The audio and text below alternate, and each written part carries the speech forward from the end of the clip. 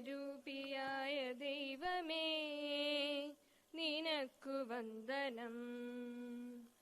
നിൻ മനോജ്ഞരൂപമെന്റെ മുന്നിലെന്നും കാണണം. നന്മരൂപിയായ ദൈവമേ നിനക്കു വന്ദനം.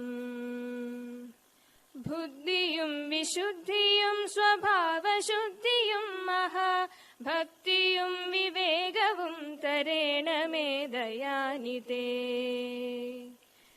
ഈ കലാലയം നമുക്കു നിത്യവും വസിച്ചിടാൻ എത്രയും മനോജ്ഞമാം ഭവനമായി ഭവിക്കണേ.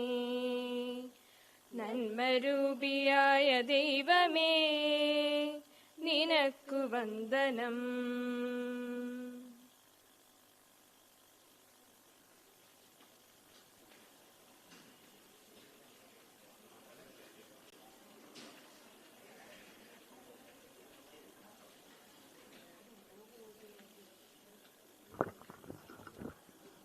Now welcome our guest to the stage. First, Principal Dr. Bose Matthew.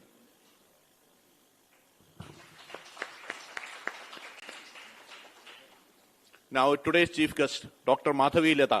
Please give her a big round of applause.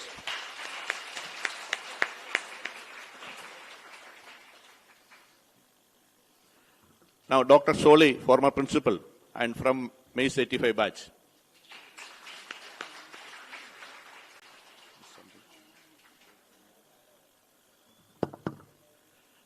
Dr. Jispol, Mace Alumni Parent Body Secretary.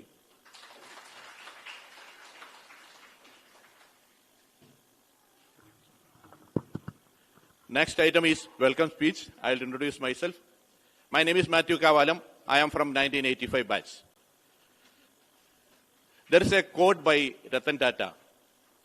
Never forget your roots and always be proud about where you come from. I repeat, never forget your roots. Always be proud where you come from. Dr. Bose Matthew, Principal. Dr. Madhavi Leta, today's chief guest. Dr. Soli, former principal and Mace 85 batch. Dr. Jispol, family of Suresh, Sushila and Hari. And friends from my Mace 85 batch. And all my dear Maceans, good morning. That is not Mace energy. Good morning. Okay. Never forget about your roots. We all came to this college from our batch 46 years back. In 1980, we met here. Our batch members, we met here. And whenever we come to this college, our dearest Mace, we feel refreshed and we feel very happy. We feel proud and we feel that we became what all we are because of this college. Let me come back to my duty of welcoming the guests today. First, Dr. Bose Matthew. Dr. Bose Matthew is one of the most active principals what Mace had. That is evident from the WhatsApp groups of Mace. Every day we find something or the other about the college events, achievements, appreciations, many things we see it in the WhatsApp group. And there is a surprise also because Mace Alumni UAE chapter, where I am a member, instituted an award for the eminent alumni who contributed maximum to the Mace community. It's a Jittu Memorial Award. Jittu was from 2006 batch and he was a secretary of Mace Alumni UAE chapter. Last year the award was awarded to Dr. J. Isaac, former principal of Mace. And this year, the Mace Escom Dubai UAE branch, they decided to give that award to Dr. Bose Matthew. Congratulations, Doctor. On behalf of Mace 85 batch and on behalf of all Macean community, I welcome Dr. Bose Matthew to this function. Now, our chief guest today. When we started this scholarship program, this is the third season. We are lucky to have eminent people, very memorable people eminent personalities in the engineering field to have our seminar speaker and chief guest. First year, it was Dr. Unnikrishnan Nair, who is from our batch and who was the director of VSSC and who was the director of Indian Institute of Space Technology in Trivandrum. Today, he was not able to come because he had some engagement.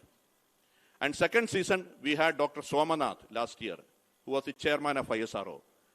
And this year, we got one more eminent personality from the technical field, that is none other than Dr. Madhavi Leda. I don't need to tell you more about Dr. Madhavi Leda.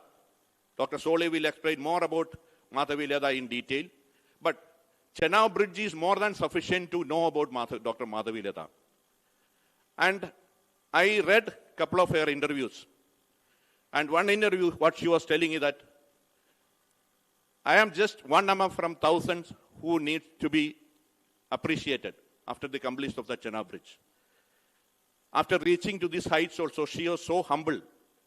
And she is ready to dedicate and ready to appreciate all the efforts of her team members. And there is another similarity what I found with us, with Dr. Madhavi Leda.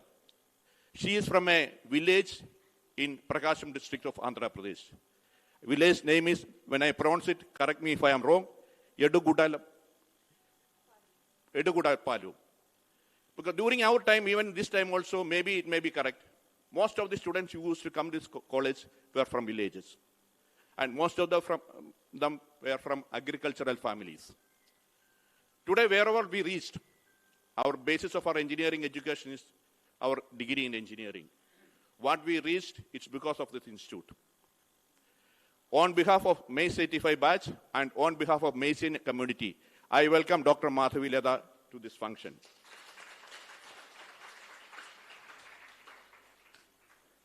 Next is Dr. Jispol, who is serving as the secretary of Mace Alumni Parent Chapter for the last 20 years? 16 years. He is also from 93 batch of this college. And this year, he is retiring his duties from the secretary of Mace Alumni Parent Chapter. He did a wonderful job as secretary of Mace Alumni Parent Chapter. And thank you, Dr. Jispol, for all your services. And on behalf of Mace 85 batch and all Maceans, I welcome you to this function. Next is family of Suresh. It's 3 years since Suresh left us. He was one among the most brilliant students from our batch. And in fact, he was one of the most brilliant students from this college also. When we had the first scholarship in two years back, what Dr. Annie Machako, the retired professor from this college, what she said is that the gate score what Suresh had, nobody broke that score even today in this college in the civil engineering stream. During that time, without joining IES and all departments, he started his own structural consultancy. And it was a very successful venture. He was one of the most renowned structural engineers in India. And Sushila, his wife, she's also a structural engineer. She was a partner with Suresh, not only in his personal life, as well as in his consultancy also. She's an engineering graduate from TKM College of Engineering. And his son, Hari, is from this college. And he is the 2014 batch. And he is continuing the profession of his father. Welcome, Sushila and Hari, to this function. Also, I take this opportunity to remember all the departed souls from our batch and all the departed teachers from this college. Because the specialty of this college, during our time, I will say the most plus points about this college. One was the campus of this college. The second one was the friendship what we established in this college. So we had a lot of excellent, and the third is the teachers in this college. We had excellent teachers in this college. I take this opportunity to remember and pray to their spirits for all the departed souls. Now, she don't need a welcome, but Dr. Soli, who's coordinating with all our batch activities based in she is the former principal of this college, and I'll welcome Dr. Soli to this function. Now, on behalf of Mace 85 batch, I welcome all of you to this function. I think, how many of you are from the civil engineering stream? Most of them. No mechanical people, okay. Most of them. See, when we had a get-together in 2006 in this college, our professor, who was a respected professor, Dr. Chenab told us, you people are lucky that you are building up your profession or you are progressing your career in a developing India. During our time, our country was begging to US for getting some food items and all these things. Today we are sufficient, and you people are so lucky that you are progressing with your career in a progressing India. But again, the things are changed. We passed out from this college 41 years back. Today I'll tell you, you people are so lucky that after engineering, during our time, our main aim was to find a job, because that time the jobs in private sector was very limited. But you people are so lucky. Opportunities, plus you can start your own startups and your own organizations, and there are many venues which will encourage you to do all that things.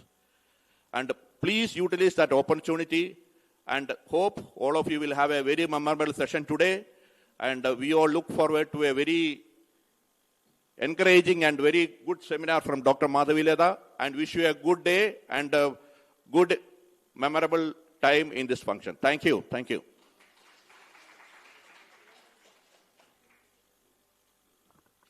Thank you, sir, for the warm welcome. Now we move on to the heartfelt segment of this event, the fond memories of our departed soul of 85 batch. I invite Ajay Ghosh, sir, to share his thoughts.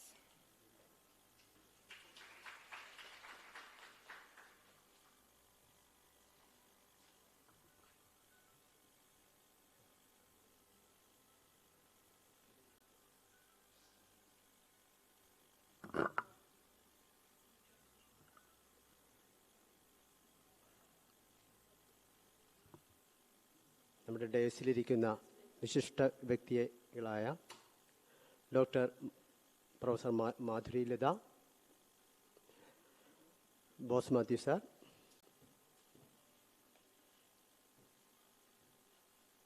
Doctor Jispaul, doctor Soly George, MA കോളേജിലെ faculty മെമ്പർമാരെ, 1985 ബാച്ചിലെ എഞ്ചിനീയർമാരെ, വിദ്യാർത്ഥികളെ, സുഹൃത്തുക്കളെ, നമ്മളൊരു function ആരംഭിക്കുമ്പോൾ നമ്മളെ വിട്ടുപിരിഞ്ഞിട്ടുള്ള പ്രമുഖ വ്യക്തിത്വങ്ങളെ ഒന്ന് ഓർക്കുന്നത് എപ്പോഴും നമ്മുടെ ഫംഗ്ഷന് നല്ലതായിരിക്കും. അത്തരത്തിൽ ഞങ്ങളോടൊപ്പം 1980 മുതൽ 85 വരെ ഒപ്പം ഉണ്ടായിരുന്ന ചിലരെ വിട്ടുപിരിഞ്ഞു, 9 പേര്. അന്ന് 3 ബാച്ചാണ് ഉണ്ടായിരുന്നത്, ഇലക്ട്രിക്കൽ, മെക്കാനിക്കൽ, സിവിൽ. ഓരോ ബ്രാഞ്ചിൽ നിന്ന് 3 പേര് ഞങ്ങളിൽ നിന്ന് കൊഴിഞ്ഞു പോയി. അതിൽ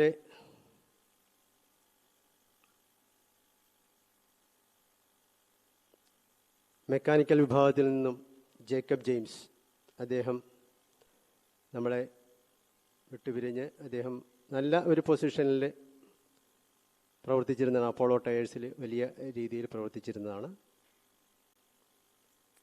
അതേപോലെ സാം പി ജോർജ് മെക്കാനിക്കൽ വിഭാഗത്തിലുള്ള എഞ്ചിനീയറായിരുന്നു.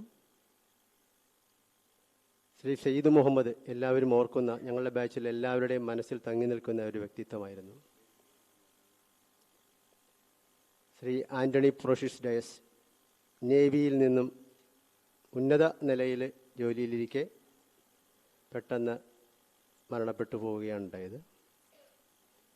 Shri P G Suresh, public works ഡിപ്പാർട്ട്മെൻറ്റിൽ ചീഫ് എഞ്ചിനീയറായി ഇരിക്കെ റിട്ടയർ ചെയ്ത് 1 വർഷത്തിനകം തന്നെ നമ്മളെ കാലയവനികൾക്കുള്ളിൽ മറഞ്ഞു പോവുകയാണ് ഉണ്ടായത്.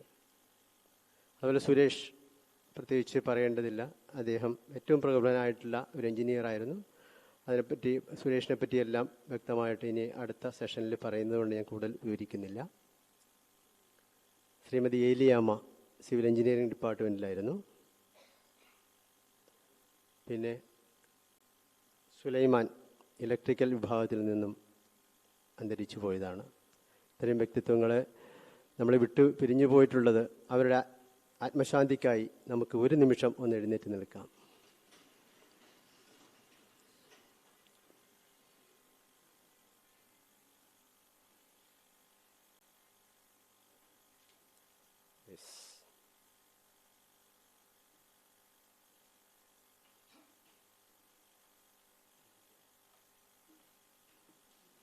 Thank you, sir.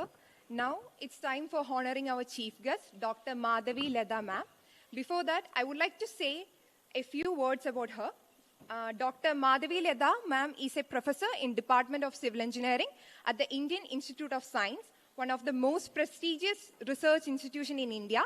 She earned her PhD in Civil Engineering from Indian Institute of Technology, Madras, completed her MTech from National Institute of Technology, Warangal, and her bachelor's degree from Jawaharlal Nehru Technology University. Before joining IISc, she served as an assistant professor at Indian Institute of Technology, Guwahati, and also worked as a postdoctoral research at IISc. Over the years, she established herself as a leading expert in geotechnical engineering. Her research focused on soil, ground reinforcement, including advanced studies on soil geosynthetic interaction, geocells, reinforced soil and retaining structures, and soil stability. She has also significant contribution to rock engineering, particularly in the area of rocks, slope stability, and numerical modeling of jointed rock masses. Her innovative works using image-based technique to study the micro-level soil behavior has been widely recognized in the research community. Dr. Madhavi Leda has published extensively in reputed international journals and has received numerous awards and recognition for her outstanding contribution. She served as an editor-in-chief of the Indian Geotechnical Journals and held a key position in several prestigious professionals body, both in India and internationally. Her achievements and dedication to research and contribution to the field of civil engineering make her an inspiration to students, research, and professionals alike. I invite our respected principal, Dr. Bose Matthew Joy, to honor our chief guest, Dr. Madhavi Leda.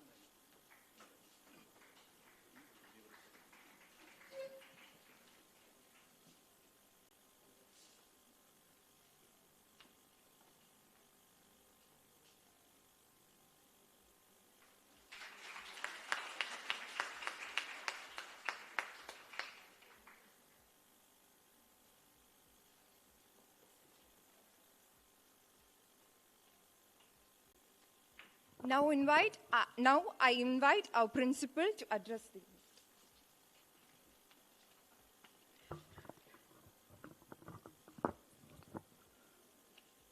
Good morning to all. Respected Chief Guest of the Day, Dr. G. Madhavi Leda. Dr. Solly George, former principal of Mace, and again from the batch of 1985.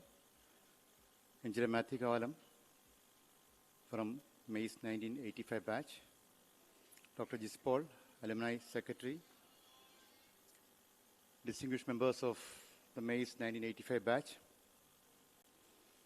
Family members of late S. Suresh. HODs, esteemed faculty members, dear alumni, and my dear students. It's a moment of immense pride for Mar Athanasius College of Engineering to host this significant gathering. Today, we beautifully bridge the gap between glorious legacies and the promising futures. It is my distinct honor to welcome Dr. Madhavi Leda to our campus. Widely admired as the Iron Lady of India's engineering, her contributions to the nation's infrastructure are truly inspiring.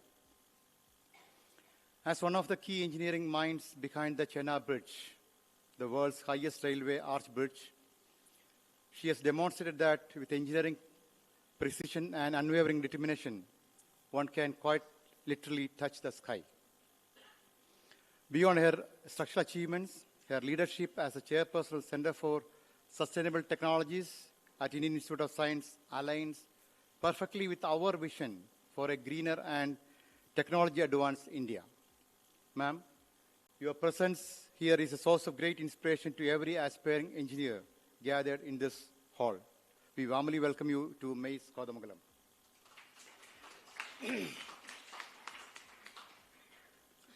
Today's event carries a deep emotional significance. We are here to celebrate the Mace 85 Endowment Seminar, an initiative that reflects the enduring bond shared by our alumni. I take this opportunity to wholeheartedly appreciate and congratulate the 1985 batch. Your commitment to your alma mater is truly exemplary. This program, held in the cherished memory of your batchmate, the late Suresh, stands as a touching tribute. Suresh was not merely a name. He was a pillar of the 1985 batch, a distinguished structural engineer in South India. His professional accomplishments were remarkable. Yet beyond his career, he was the glue that held your batch together, the spirit behind every reunion and the force that nurtured your unity. By instituting the Suresh Memorial Scholarship, you have ensured that his passion for engineering and his spirit of camaraderie will continue to inspire and support students of generations to come. And the student who is receiving the scholarship today, remember, this recognition carries with it not just a financial support, but a legacy, one that spans 4 decades of excellence, friendship, and commitment. Engineering is not merely about calculations, designs, or structures. It is about integrity, responsibility, and the impact we create in society. Let this support empower you to strive for the kind of excellence exemplified by Dr. Madhavi Leda and embodied by Sri S. Suresh throughout his life. As a principle of this, we witness our alumni returning to nurture the next generation. It reinforces my belief that Mace is not just an institution, it's a lifelong family. I once again express my sincere gratitude to Dr. Madhavi Leda for gracing this occasion and to the 1985 batch for this noble and meaningful initiative. May this seminar stand as a tribute to the past and gateway to a sustainable and engineered future. Thank you.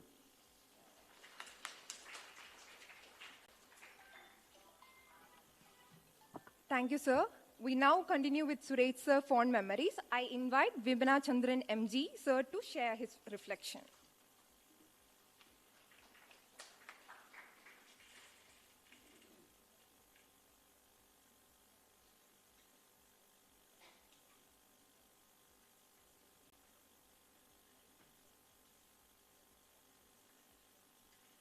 ഡേസിലിരിക്കുന്ന പ്രധാന വ്യക്തികളെ Dr. Madhavi, Dr. Gispo, Dr. Bose Matthew, and our own friends, Soli and Matthew M. Kavalam.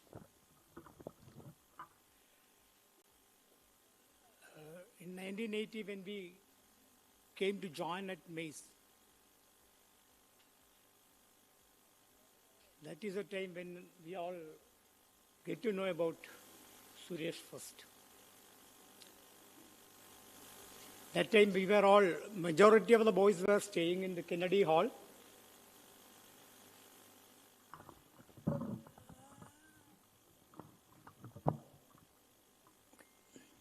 And there, not only I used to go to Mr. Varghese Mathai's room because he was my classmate in the pre-degree group also.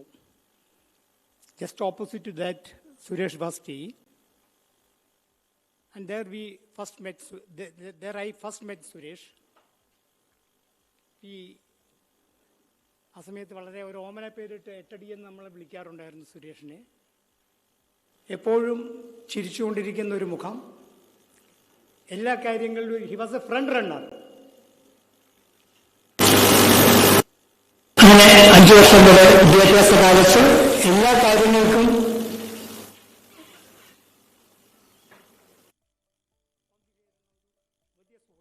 Suresh. അങ്ങനെ 1985 ഞങ്ങൾ pass ഔട്ടായി പുറത്തു വന്നു. അത് കഴിഞ്ഞ് സുരേഷ് ചെന്നൈ IIT-യിൽ MTech-ന് ചേർന്നു.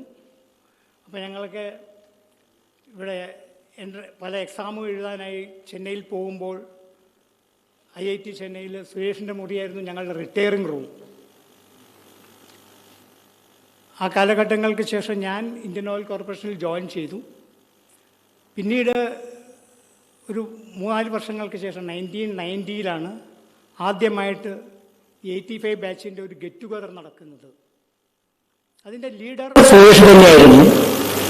അന്ന് Suresh Ernakulam Girinagar GCDA ഫ്ലാറ്റിൽ താഴത്തെ ഒരു വീട്ടിൽ സുരേഷിൻ്റെ സ്ഥാപനം തുടങ്ങിയിരിക്കുന്ന സമയമാണ്. ആ സമയത്ത് ഞാൻ എപ്പോഴും അവിടെ എറണാകുളത്ത് പോകുമ്പോൾ സുരേഷിനെ കാണാറുണ്ടായിരുന്നു. എന്നും എല്ലാവർക്കും എല്ലാ സഹായങ്ങളും ചെയ്യുന്ന വളരെ കോപ്പറേറ്റീവായിട്ടുള്ള ഒരു വ്യക്തിയായിരുന്നു സുരേഷ്. പ്രൊഫഷണലായിട്ട് സുരേഷ് ചെയ്ത കാര്യങ്ങളൊക്കെ ഇവിടെ എല്ലാവരും പറഞ്ഞു. പക്ഷെ ഇതിനേക്കാളൊക്കെ ഒരു വലിയ മനുഷ്യൻ എന്നുള്ള രീതിയിൽ നമ്മുടെ ബാച്ചിൻ്റെ എല്ലാ പ്രോഗ്രാമിലും ഒരു ഇനിഷ്യേറ്റർ കൂടിയായിരുന്നു സുരേഷ്. പല കാര്യങ്ങളും പല അവസരങ്ങളിലും സിവിൽ എഞ്ചിനീയറിംഗിൻ്റെ ബുദ്ധിമുട്ടുകളൊക്കെ വരുന്ന സമയത്തും പല കൺസൾട്ടൻസിക്കും ഞാൻ സുരേഷിന് അന്നൊക്കെ ഫോണിലൂടെ സംസാരിക്കുമായിരുന്നു. പിന്നീട് അന്നത്തെ കാലത്ത് ലാൻഡ് ലൈൻ അല്ലാതെ മറ്റ് സൗകര്യങ്ങളൊന്നും ഇല്ലാത്ത സമയത്ത് വല്ലപ്പോഴുമൊക്കെ ഫോണിൽ മാത്രമാണ് സംസാരിച്ചു കൊണ്ടിരുന്നത്. പിന്നീട് മൊബൈൽ വന്നു, വാട്സാപ്പുകളൊക്കെ വന്ന് വളരെ ആക്റ്റീവായ ഗ്രൂപ്പുകളായി മാറി. പിന്നീട് ആണ് സുരേഷുമായി കൂടുതൽ ഇടപഴകാനുമൊക്കെ പറ്റിയതും. പക്ഷെ എല്ലാ തരത്തിലും സുരേഷിൻ്റെ പെട്ടെന്നുള്ളൊരു വിയോഗം നമുക്ക് വലിയൊരു ഷോക്കായിരുന്നു. ഗ്രൂപ്പിൻ്റെ ഈ 1985 ബാച്ചിൻ്റെ എല്ലാ പ്രവർത്തനങ്ങൾക്കും സുരേഷ് എന്നും ഒരു ഫ്രണ്ട് റണ്ണറായിട്ട് എല്ലായിടത്തും ഉണ്ടായിരുന്നു. എന്നും ചിരിച്ചുകൊണ്ട് നടക്കുന്ന, എല്ലാവരെയും സഹായിക്കുന്ന ആ സുരേഷിനെ ഓർമ്മയ്ക്ക് വേണ്ടിയിട്ടാണ് നമ്മൾ ഇപ്പോൾ ഈ സ്കോളർഷിപ്പ് ഏർപ്പെടുത്തിയിരിക്കുന്നത്. ഇത് കഴിഞ്ഞ് വളരെ കാലം കഴിഞ്ഞതിന് ശേഷമാണ് ഞാൻ സുരേഷിൻ്റെ മറ്റ് ഹോബികളെക്കുറിച്ചുമൊക്കെ മനസ്സിലാക്കിയത്. പിന്നീട് എൻ്റെ ബ്രദറിലുള്ള ഒരു ഹാം റേഡിയോക്കാരനാണ്. അപ്പോൾ പുള്ളി ഒരു ദിവസം എന്തോ ഒരു മീറ്റിങ്ങിന് പോയി വന്നിട്ട് പറഞ്ഞു, അവിടെ നിങ്ങളുടെ ബാച്ചിലൊരു സുരേഷ് ഉണ്ടായിരുന്നു. അപ്പോഴേക്കും അതിന് മുമ്പ് തന്നെ സുരേഷ് എന്നെ ഫോൺ ചെയ്തിട്ട് ഇങ്ങനെ കണ്ടു.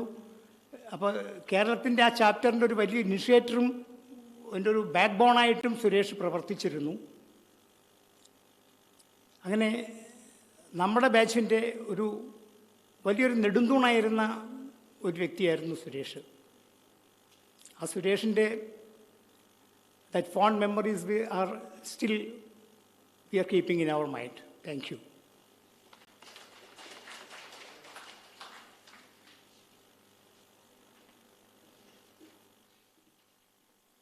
Thank you, sir, for sharing such a meaningful memory.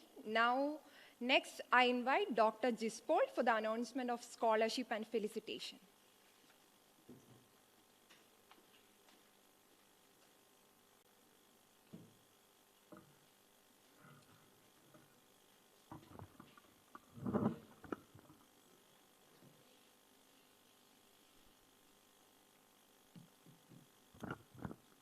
Distinguished dignitaries on and off the dais, a warm good morning to one and all.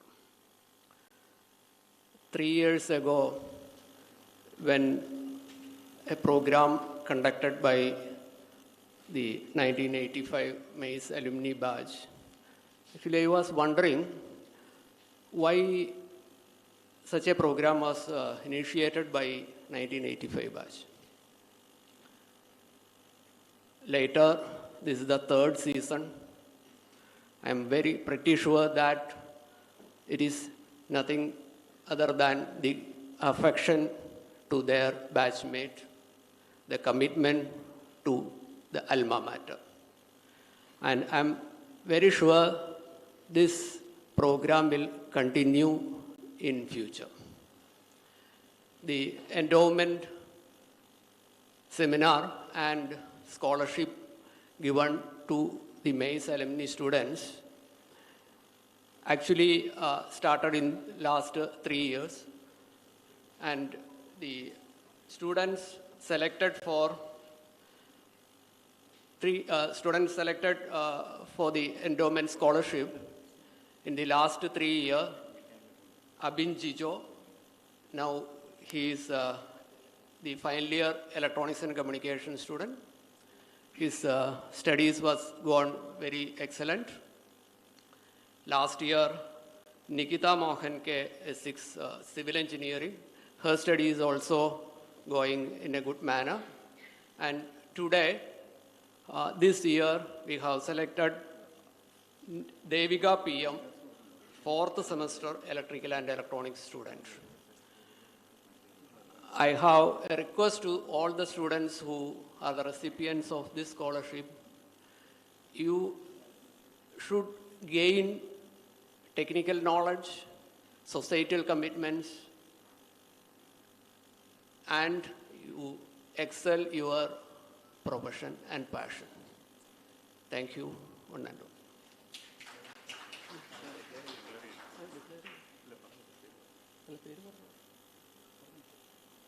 So this year, scholarship is gone to Devika PM, as for electrical and electronics.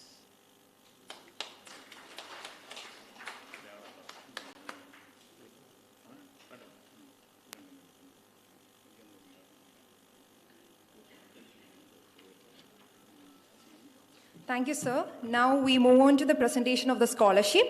I invite Sushila ma'am and Harishankar sir to proceed with the presentation.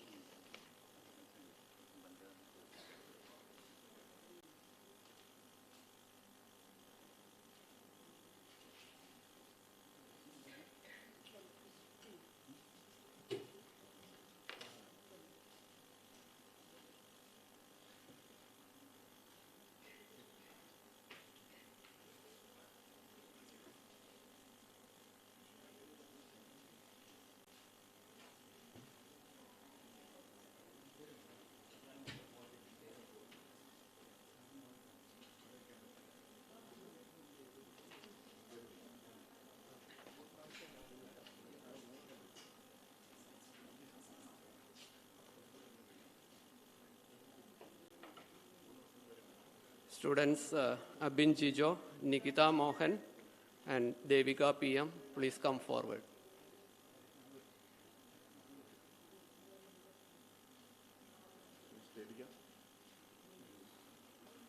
Devika PM.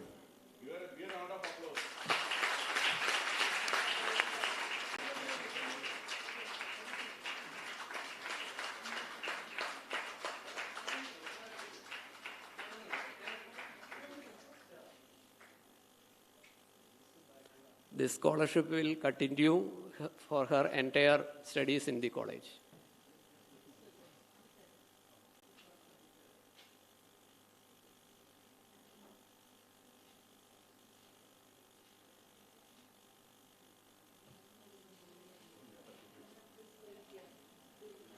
And Nikita Mohan.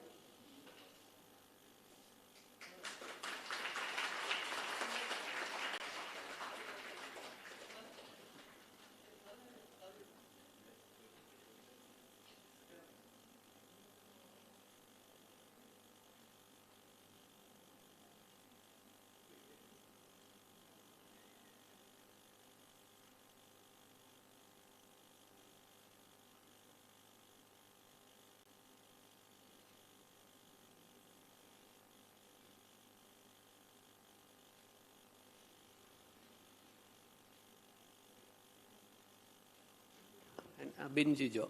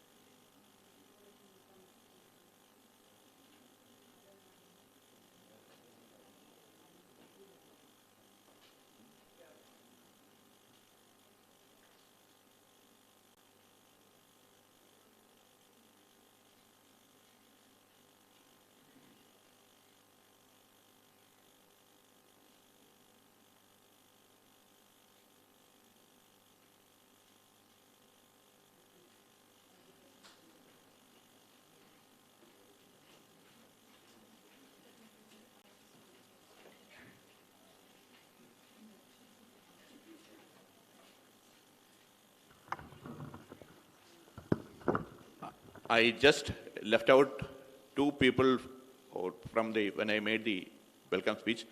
Mr. Krishna Umar, who is a partner with, where is Krishna Umar? Yeah. Krishna Umar was a partner with Suresh since the time Sita, Trivandrum. Krishna Umar, please. I welcome Krishna Umar to this function on behalf of Mace 85 batch. Also, because there are a couple of people who are here from Mace 85 batch, we may not be knowing who all are the HODs now. Two HODs are here, to my knowledge. HOD of Civil Engineering, HOD of Mechanical Engineering, Sony, and HOD Electrical Engineering. Two people. If we were, on behalf of Mace 85 batch, we will welcome you to this function, and all the faculty members, we welcome you to this function. Mr. Kora, he is also here. Where is Kora? And the specialty is that Dr. Jispol was the secretary of Mace Alumni Parent Chapter, and the treasurer was Dr. Brijesh Paul. Even Dr. Brijesh is not here, I think, today. I think this year, the new people are taking charge of the Alumni Parent Chapter. One is Dr. Kora, who is from 2006 batch, and Dr. Jiso was from 93 batch.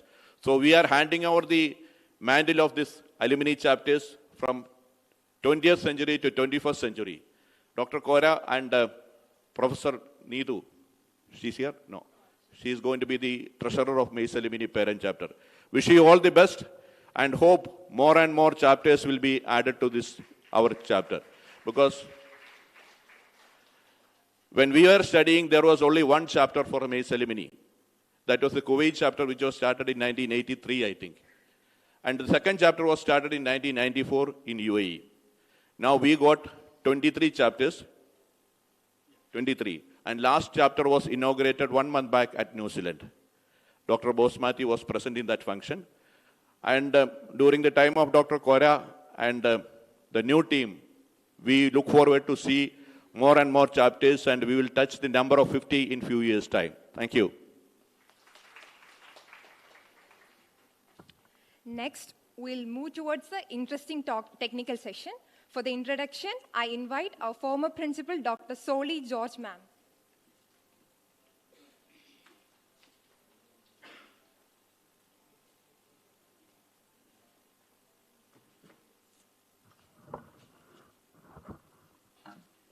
Most respected and proud chief guest of the function, Dr. Madhavi Leda, the woman behind the Chenab bridge, respected principal Dr. Bose Matthew Jose, my friends of 1985 BTech batch and their family members of our friend Suresh, Sushila, and his son Harry, and his partner Krishna Kumar is also present here, and all HODs of various departments, and staff members of this college, and my dear students. First of all, I bow my head to the departed souls of our batch. 9 of them left us, so I bowed my head before the soul. And before entering to my duty, I want to say thanks to the past, because the handing over of the charges will be taken in April 1st for the alumni parent chapter. So far, Dr. Jispol and Dr. Bridges was handling that thing, secretary and the treasurer post. And they will be handing us, Matthew was mentioning, Dr. Kora and Dr.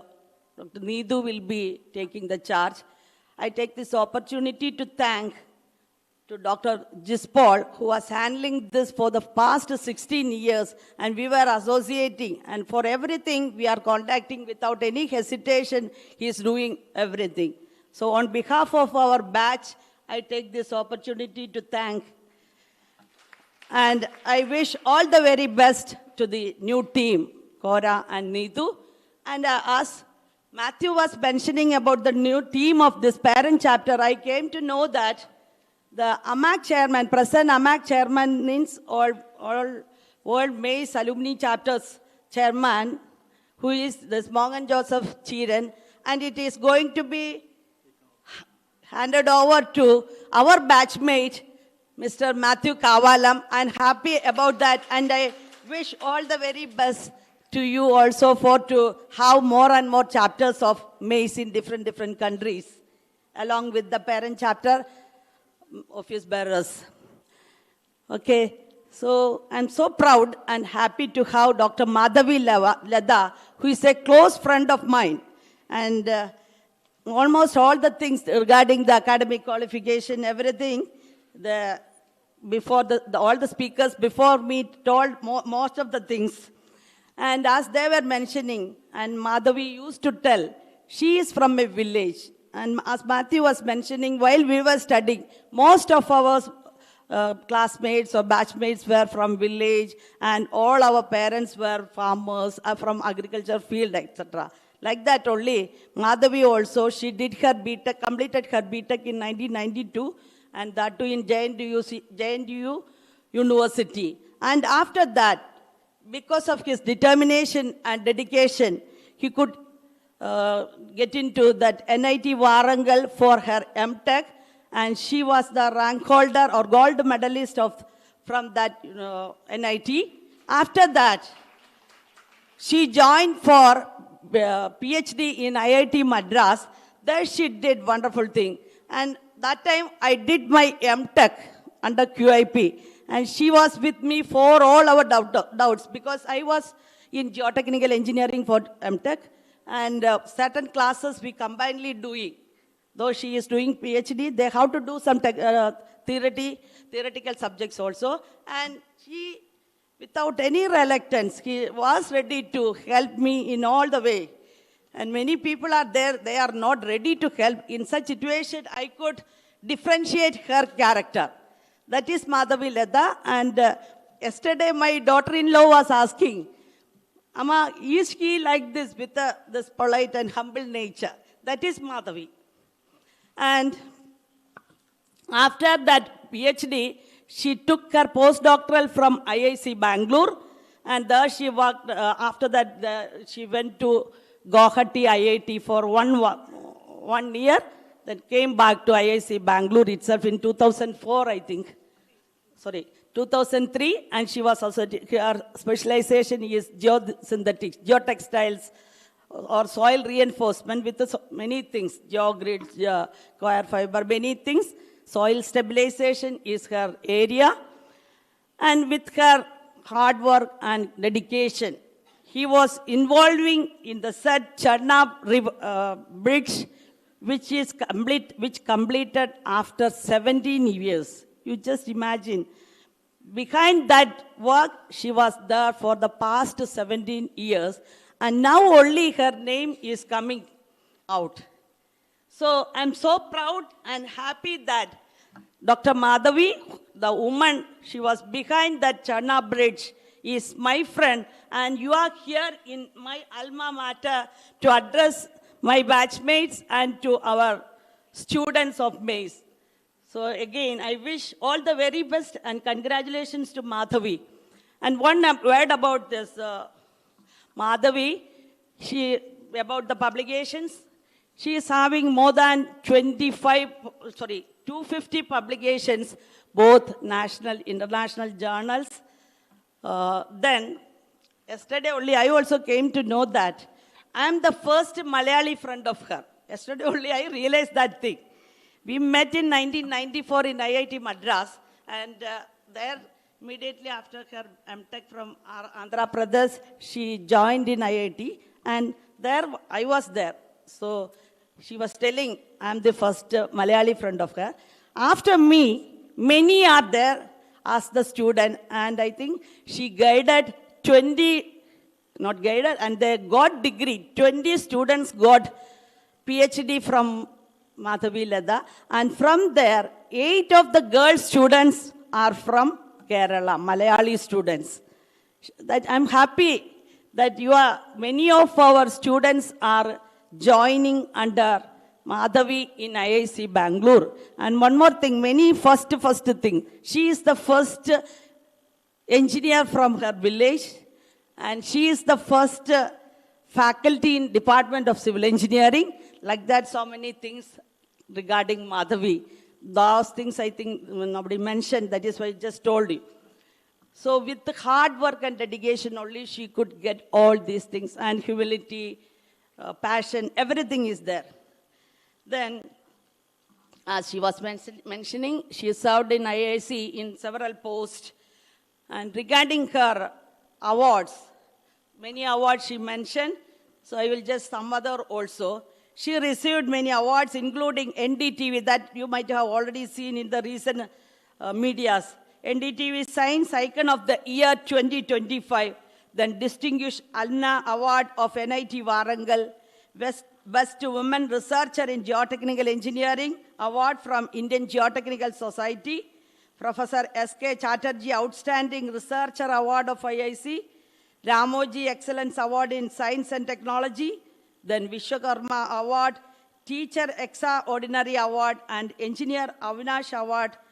Also, she is listed in the top 75 women in STEAM of India. So we can be proud. Such a distinguished or proud woman is with us to share her thoughts or the experience in the Chenab River. Then she is doing so many consultancy. There's one of the consultancy in association with AFCON is that Chenab Bridge, and she is doing so many consultancies both inside India and outside India. International projects also she is having, just like the in Mozambique one is there. It's ongoing project. And so many things related to this technology and all. In addition to this, I found recently only I came to know all these things. That is, in addition to all this busy schedule and all, her husband is Dr. Hari. He is a quality head in Google Cloud in Bangalore, and they are blessed with 2 children. The elder one is a daughter, and she is doing her MD in Bangalore, and younger one is a son. He is doing his BTech in electronics in IIT Bhubaneswar. And this couple, they are fine, though they are busy, they are finding to do farming also. In every weekend, they are having some 3 acres of land near airport in Bangalore, and every weekend they are spending time for the farming. They themselves cultivate, everything they are doing themselves. So for that also they are finding time. So we people should see that. Always we used to tell we don't have time for anything like that. It is not that. If there is a wish, there is a way. So that they have proven.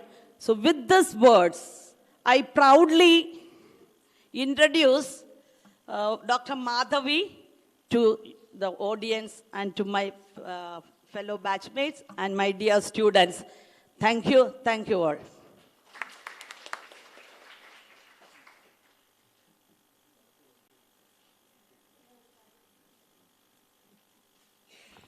It is now the time for the most awaited segment of today's program.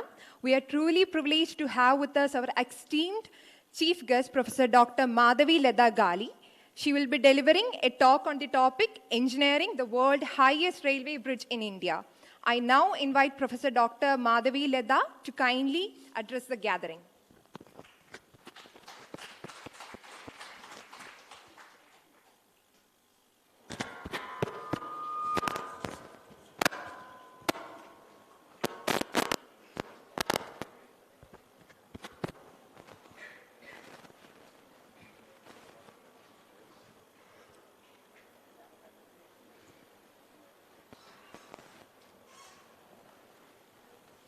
Good morning, everyone. I'm privileged to stand here in front of you. Thank you, 1980-85 batch of Mace, for selecting me for this endowment lecture, and the family members of Suresh. I don't know him personally. He must have done something great that his batchmates are remembering him so fondly. Even after 3 years, I can see many of them flew from different countries. That shows that he's a great soul. So I thank you both for being here, Hari and Mrs. Sushila. Faculty members, students, staff of Mace, ladies and gentlemen,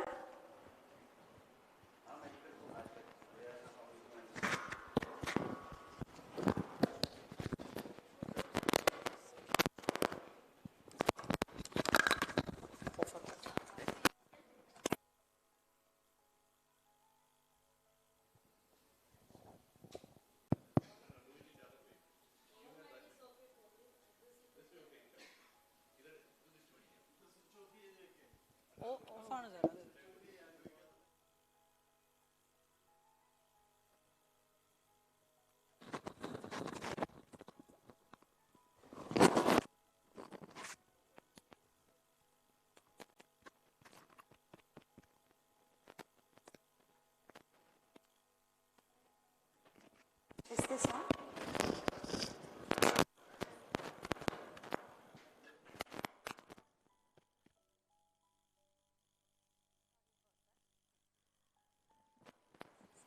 Students, staff of MSc Kodamangalam. This place is very familiar to me. This is the first place I visited in Kerala. Today I have visited most of the places in Kerala, but this is the place me and my husband came soon after our marriage. My dear friend Soli, and I also visited them during their son's marriage. Thank you for having me this time also. Wonderful place. Kerala is always God's own country. I always look forward to an opportunity to visit Kerala. Lush green forests, beautiful girls, of course, pleasant water, everything, and sumptuous food. I don't know how many types of appam she made for me from yesterday. I don't need food for next 1 week. Pleasant people, their hospitality always wins my heart. Thanks for having me. So today I'm standing here, but to all the students who are in this auditorium, I want to tell you that I started my journey in a very, very humble way. I come from a very small village, rustic background. I studied in Telugu medium till my 12th class. So studying itself was a big deal for me.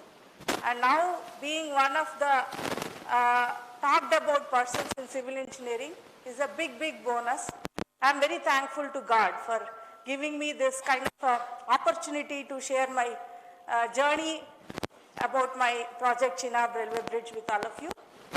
I'm sure many of you will do better things than this. I wish, I hope you do. And then for all of you who are aspiring to do such things, I want to tell you that I was like any of you sitting in these auditoriums listening to good people when they come to my college, always dreaming that when will I become like this. I didn't do anything extra. I just was sticking to my duty, whatever I was doing. That's what is the reason why I have reached this position. With that, I will start my talk. The Chenab Railway Bridge, one of the most talked about civil engineering projects in our country. Why is this so famous? Because I'll take the normal mic otherwise.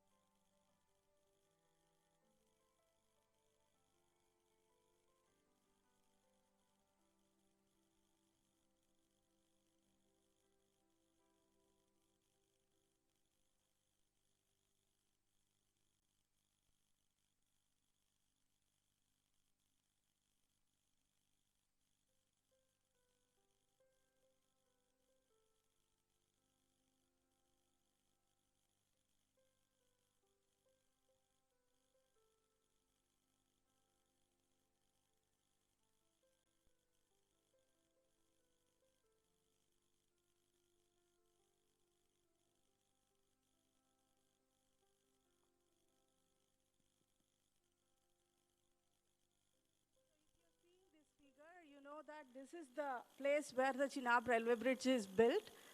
This is a 120-year-old dream of India to connect Jammu and Kashmir with the rest of the country by train.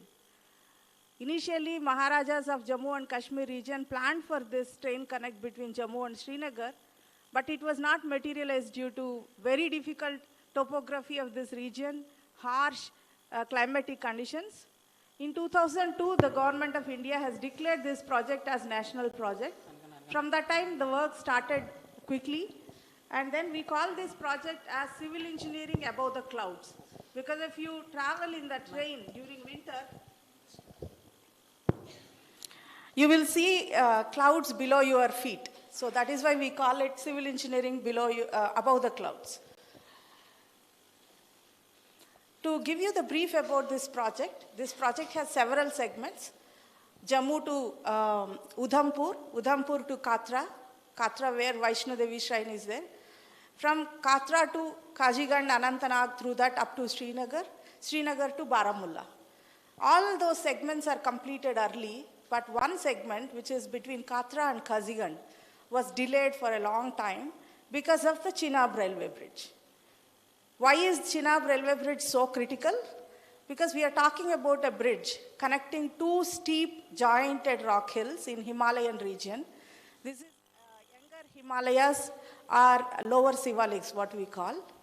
And the bridge is at a height of 359 meters above the riverbed, making it the world's highest railway bridge. The second one in China, which is half of the height of this bridge. If you put Eiffel Tower below the bridge, the tower is still 35 meters shorter than the bridge. If you stand on the deck of this bridge, wind blows at a speed of 220 kilometers per hour. And then we have an arch portion. This arch, almost half a kilometer arch, if you look at this carefully, it is not supported. The only support it is taking is at the abutments. There is no pillar in the half kilometer. Because there is this river Chenab, which goes to Pakistan from here. And we do not want to disturb this river because of many political reasons and environmental concerns. And there are these foundations, 4 foundations on the left side hill, 4 on the right side hill, and there are many viaducts here. The total length of the bridge is 1.3 kilometers. So we are building this in a region which is prone to earthquakes and landslides and extreme climatic conditions. That is the reason this was very difficult to build. I have to describe my first visit to this site that happened in early 2005. This project belongs to Northern Railways. Konkan Railways is the execution partner, and Afghans is the construction partner. I am a consultant to Afghans. In 2005, we went to this place. The journey itself was so difficult. From Bangalore, there was no flight to Jammu at that time, Bangalore to Delhi, Delhi to Jammu, another flight, and Jammu to Katra by road, and Katra to another village by road. From there, we took a boat and traveled to this foothill and climbed up all the way 359 meters. There is no road on the hill. You have to climb by foot. And this is the journey, and if you have to go back to the right abutment, you have to climb down, take another boat and go to the place where it is easy to climb and go all the way up. The whole journey itself took more than 4 days. Today you can cross this bridge in like few minutes. So that is the reason why this bridge is so important for this region. When we climb up and look at the hills, you see this very scary picture, extremely complex and jointed hills, and it looks like anytime anything can fall on you. And we are talking about hills which are 3-dimensional. The peaks, if you see on all directions, they are very scary, steep, and there are no human footfall on this bridge, on this slope. No people live on these hills because it is not conducive for human living. Hardly you see 1 or 2 people with a donkey or a cattle. Otherwise, this is the place, and the moment you reach there, the first impression is, are we being over-ambitious? I mean, will it be possible to build a bridge connecting these 2 very complex hills? With that starting point, we went ahead. The first step was to create the roads on these hills. So to create the roads, what we usually do in hills is we do blasting to cut the slope.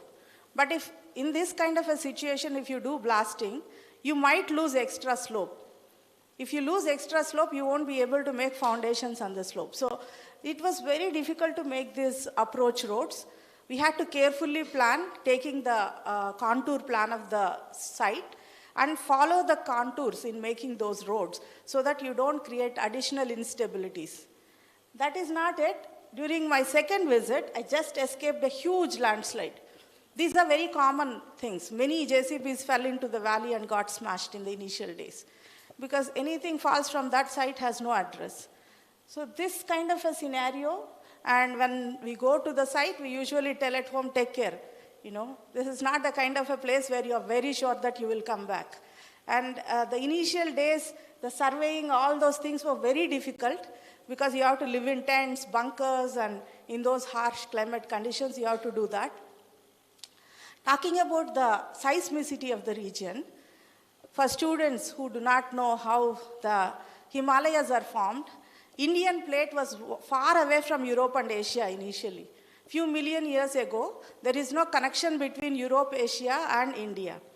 Europe and Asia together was Eurasian plate. India was itself a plate. And this Indian plate was moving at a speed of almost 10 centimeters per year. And about 10 million years ago, it hit the Eurasian plate because it's a convergent plate boundary. The collision caused this Himalayan formation. So we are trying to build something in this extremely dynamic seismic plate boundary. Even today, the Indian plate is moving at a rate of 5 centimeters per year in northeast direction. That means by the end of the design lifetime of this bridge, the plate would have moved 5 meters in the northeast direction. So this is the kind of seismicity we are working with. And there are more challenges at the site when we started surveying. Suddenly you encounter these kind of open joins. Because the rocks here are typically dolomitic limestone. It's a very reactive rock. When the atmospheric carbon dioxide mixes with water, it forms carbonic acid. And that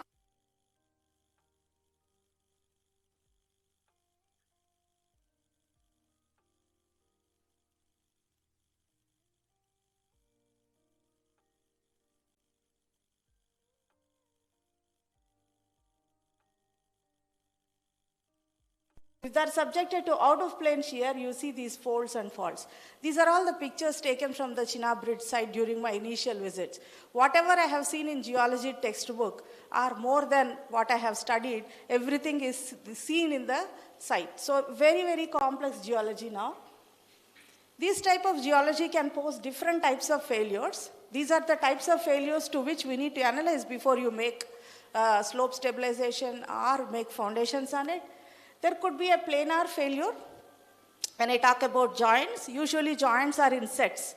They come in sets because these are tectonic features. Joints are placed at like 5 centimeter to 10 centimeter spacing. If there is one set of joints which dips into the valley, which is in a direction dipping into the valley, you can expect that the entire block will slide into the valley. We call it sliding failure. If there are two sets of joints which are intersecting and forming a wedge, then the wedge itself, under the influence of external forces like foundation loads or earthquake loads, can fall into the valley. We call it wedge failure.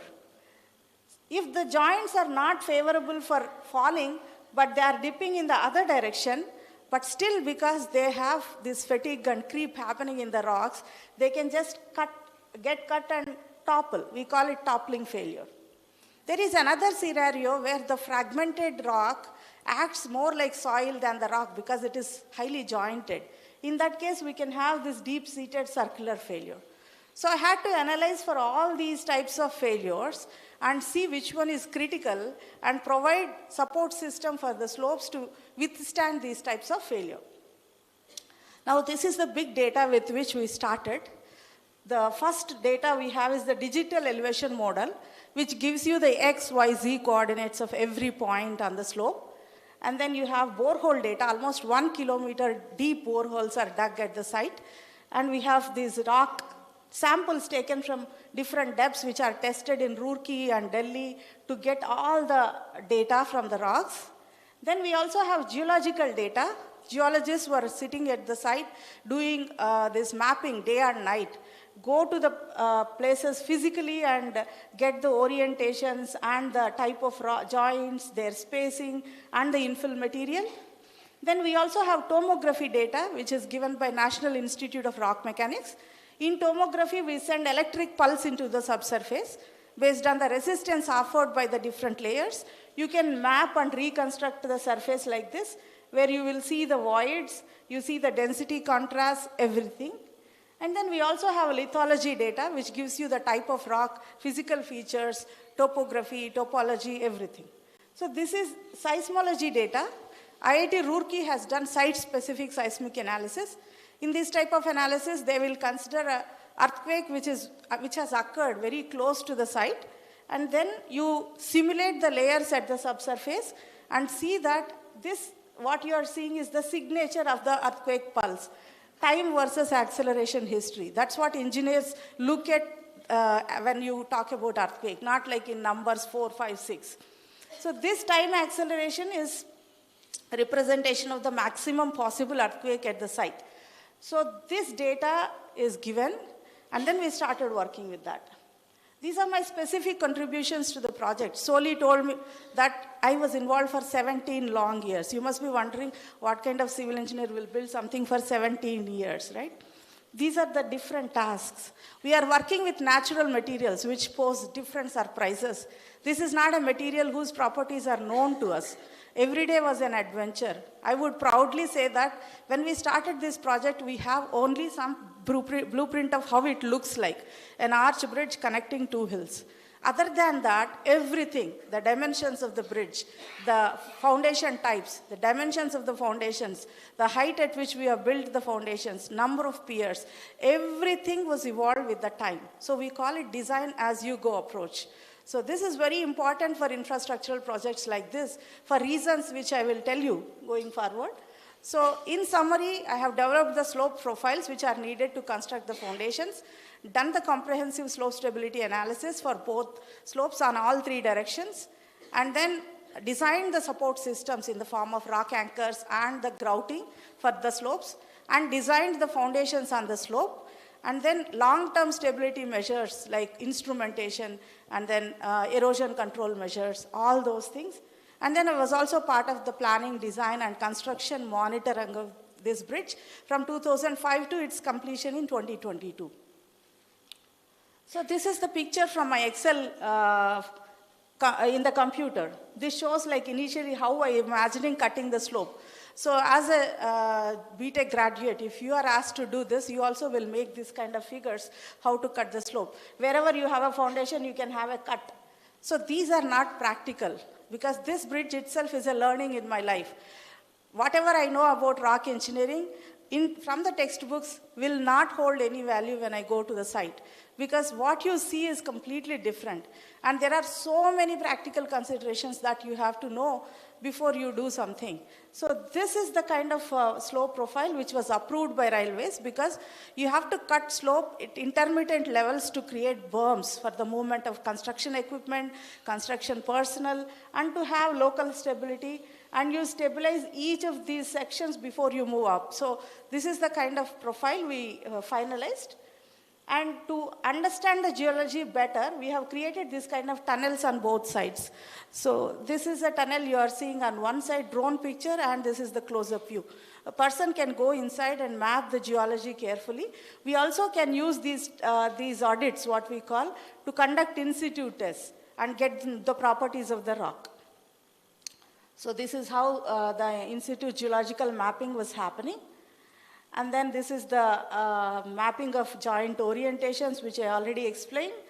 And this is how very, very manually all these joint types, which are, you have 4 different types of joints with different spacings, everything. So you are talking about 359 meters and 3 sides for each, so 6 sides of total. You can imagine millions of this data. The Excel sheets were not enough at those points to have this entire data. Now you do the analysis for stability. I won't go into too much technical details of it because it's very difficult to understand with just one talk. But when we have to analyze these joints and see which joint is creating failure, what we do is typically we create this circle, what we call as greater circle. You can imagine that Earth's face. You have Earth created as a face. You know what is latitude, what is longitude. Any point can be described by latitude, longitude on this diagram. So you have these joints which are through latitude, longitude, you plot them. This is a pole plot, which you see 5 sets of joints. What I have shown are these in different colors. Now this you can imagine as the scars on the face of Earth, right? Now, depending on the orientation of these joints, which are given as stereographic projection, this is a 3-dimensional picture, this is a 2D picture. So in a 3D, you look, these scars, what you are seeing, this here, it is a point, here it is a plane. And the intersection of these planes with respect to the cross, this is the central line of the bridge, and the slope phase. With that, you know whether the joint is creating a failure or not. So, to tell you simply, this is a planar sliding analysis. This is the greater circle. The central circle represents frictional cone, that is frictional resistance of the rock. When some block is trying to move away from the slope, there is some inherent strength in the rock which stops that failure. So that is represented by this central circle. If your joint plane is falling within this friction cone, then you have a possibility of failure. If it is falling outside the friction cone, then there is no failure. That is how you do this analysis. So the initial confidence came from failures. When you do these kind of things in paper, people believe, oh, this thing happens, but where is the confidence? We have so many uncertainties in this kind of analysis. So initial confidence was gained from whatever I predicted on the paper was actually happening at the site. So that gave a lot of confidence that we are going in the right direction.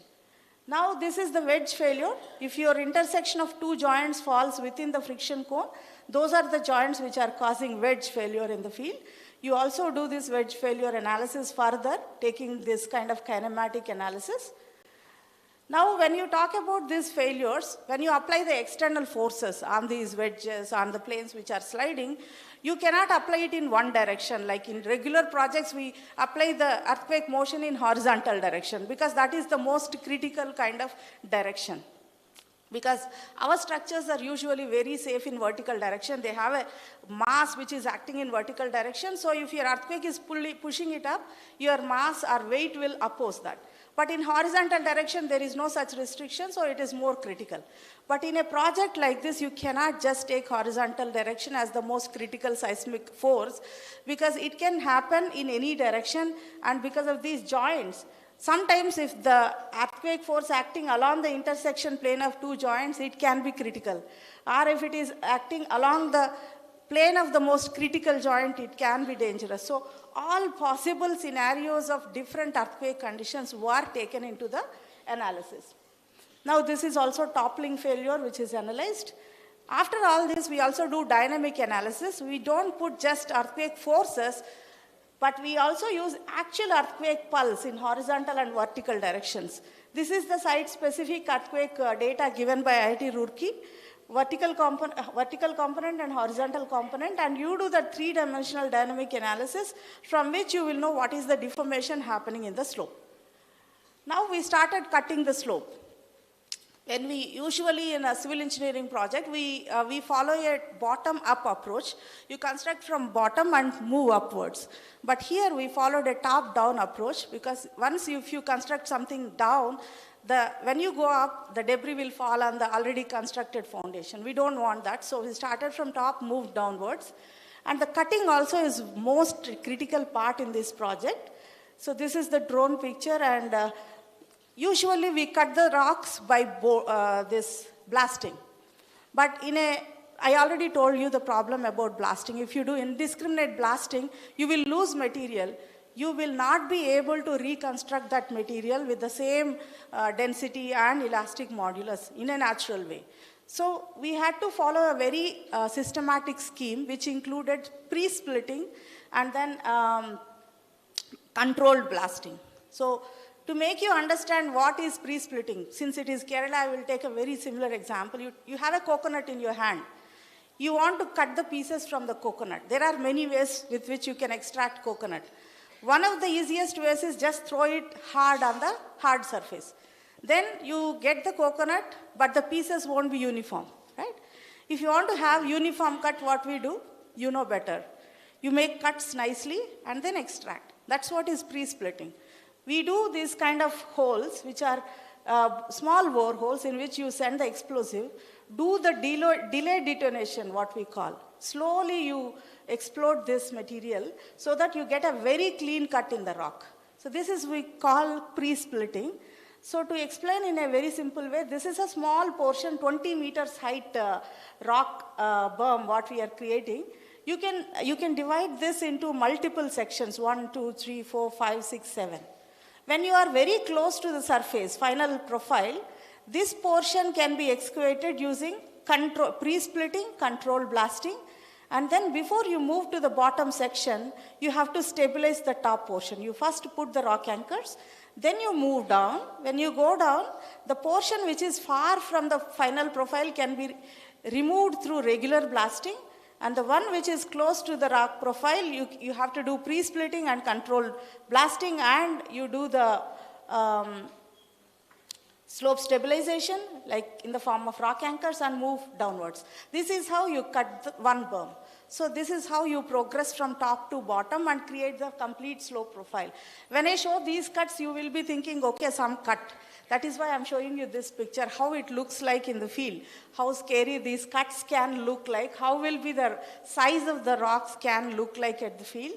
And then, so this is how you cut these berms, huge berms in the rock. And there is also a river flowing.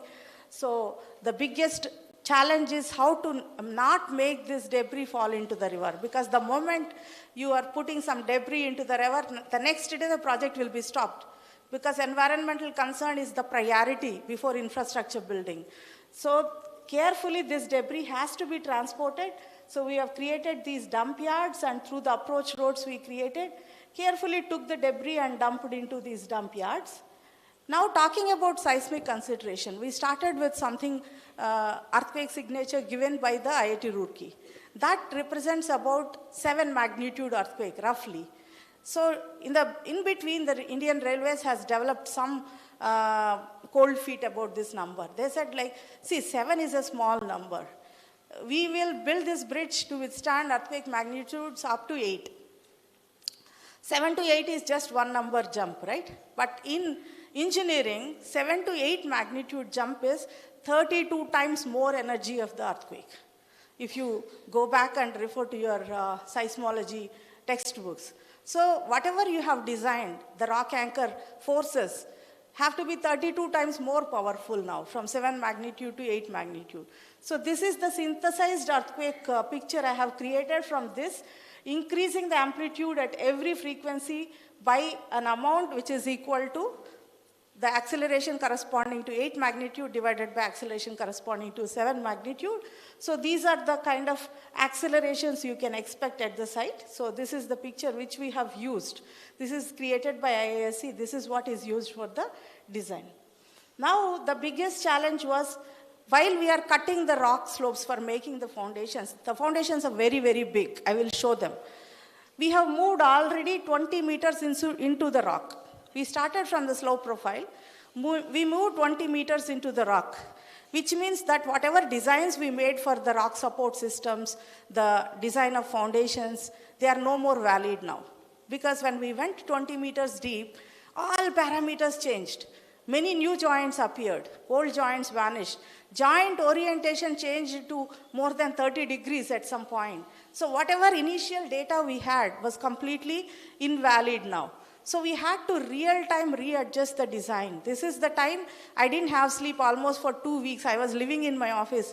But morning coming back to house and cooking for kid, dropping him in school, and then going back and working. Only 1 hour sleep I had during this time, where we had to make these real-time adjustments.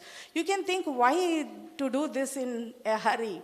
Because each equipment we have put for the stitching of slopes, for stitching of the bolts, has a rent of almost 2 crores per day at that altitude. So any delay in the project will cause so much of loss to the project. So none of us had sleep, not only me. So we had to real-time change the design. This is a summary of how different the original profiles and the final profiles are there.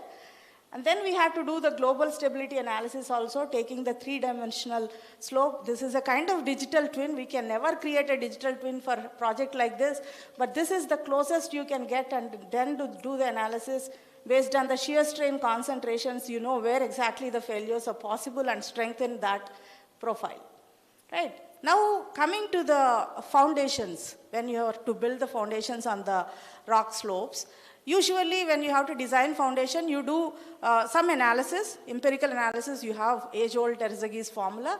Then you also do some in situ test. If it is an important project, you do a plate load test, get the bearing capacity. But in a project like this, see, whatever geotechnical investigation you do, it is not even 0.1% of the entire profile, because the spatial extents run few kilometers. So we had to do multiple types of tests at the site. And also whatever is not covered by destructive testing, we had to do non-destructive testing to cover the entire area. So we have done different types of tests. These are in situ direct shear tests. Huge direct shear tests are conducted at the site. And plate load tests. Actual train loads are simulated through cyclic load applied at the site, and then understood the deformations that are possible. These are dilatometer tests. The tunnel which we have created for geological mapping is used for dilatometer tests. This is Professor Ramurthy from IIT Delhi. He is called father of rock engineering in our country. He was there with me during these tests to supervise. And in dilatometer tests, in simple way, this is a kind of instrument like a bat at the end. You insert it into the ground, and there's a steel membrane which will be inflated using the pressure. There will be a pressure sent inside, and this will be inflated, and the resistance offered by the sides of the borehole will be used to calculate the deformation modulus, which can be used to get the bearing capacity. So there are at least 10 different types of in situ tests conducted at the site, and also many empirical formulae are used to understand the bearing capacity. Finally, the rock mass properties are arrived at. There are 3 sets of rock properties, one given by IIT Delhi, one arrived by IISc Bangalore, and there was one given by the proof consultant who sits in UK. So which one to use was a big dilemma. Then the railway said, use all 3 sets of properties, come up with the worst case scenario. So that's what we did. And this is after designing the foundations, the foundation loads are applied, and then the rock support systems that I designed are also used. Finally, what are the deformations at each place, and they have to be within the permissible limits. So when we talk about rock bolts, I will tell you how they are designed. See, this is the wedge we have. This is a 2-dimensional profile of the wedge, the 3-dimensional wedge I have shown. So typically this wedge will be falling into the valley in this direction under its own weight, under the influence of the foundation load which is coming onto this berm, and also under the influence of earthquake, which can happen in any direction. So whenever something is falling, your first instinct will be to put your hand and stop it, right? Something falling from top, you will stop it. Same thing applies in engineering. So this protection force is given in the form of these rock bolts which are running beyond this wedge. The objective of the rock bolt is to stitch this falling wedge to the original slope. So the force is designed in such a way that it gives as much resistance as the force which is actually falling with some factor of safety. So this is what is done. In reality, it looks like this. The small portion of the slope, how it is getting anchored using the stitching machine. Below the arch abutments, it was much more difficult because a lot of load. The entire arch is taking protection from here. So you have to use much better rock bolts. These are Dividec bars imported, which are used below these arch abutments. And when you are putting these rock bolts, usually you stagger. Like you have to uniformly distribute the force, so you don't put them in regular rows and columns like shown in textbook. In reality, you will be staggering them so that you uniformly distribute the loads. And to give you the magnitude of the bolting, the excavation was 3 lakh meter cube at the site, the rock we are talking about. Rock bolting was more than 66,000 meters. There's also shotcreting done on these slope surfaces. So when we have to create foundations on the slope, there are again possibilities of different failures. I already told you that the rock is completely fragmented. And if you build a foundation on it, there's always a risk of differential settlement. So to stop this differential settlements, to integrate the rock joints with each other to create a uniform subsurface, usually we go for grouting, right? So grouting is cement slurry is pumped into the subsurface so that the rock joints stick to each other. They are cemented nicely. When we started the grouting, the first day was a big surprise. 50,000 bags of cement went inside. There is no trace of where it is gone. All joints are very clean. The grout is vanished somewhere. You can't find, because inside there are joints which are interconnected, and you are working at a high altitude that it finds its own path and goes somewhere. So almost 2 months was spent on understanding how to grout this rock, because it was extremely complex scenario. Nothing worked but a very intuitive engineering solution we came up with. We mixed color with the grout, and we have sent it with at several locations we have sent the grout, and we mapped the time at which it is, when it is colored, you can find out easily where it is coming from. So based on the time taken for the grout from the entry to exit point, we could reconstruct this path of movement of this grout.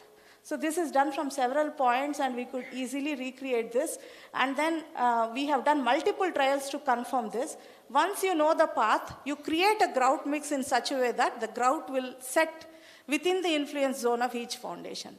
So we used sodium silicate as catalyst to create a mix which will be exactly setting the grout within the influence zone. So with that, we could do this. These are all grout holes for one foundation. These are peripheral holes, first grouted so that you create a barrier for the movement of the grout. Then outward to inward, you start grouting. And at the end, see, this is one arch abutment foundation took 3 lakh bags of cement. Now, this was the original core, which is this kind of millions of cores are taken. You see that everything is fragmented. After grouting also, we took these cores. We could see that the grout is cementing the rock fragments nicely. We have done unconfined compressive strength tests also in hundreds of these cores. And also we did the non-destructive testing, multi-channel analysis of surface waves. This was the original shear wave velocity profile. This is the final profile which shows that the subsurface is uniformly grouted. With that confidence, we went ahead and grouted the foundations. This is the foundation, S40, that is on the left abutment, arch foundation. You can appreciate the size, 49 meters, 35 meters, 47 meters, in 20 meters inside the rock. You can imagine the complexity of this kind of foundation.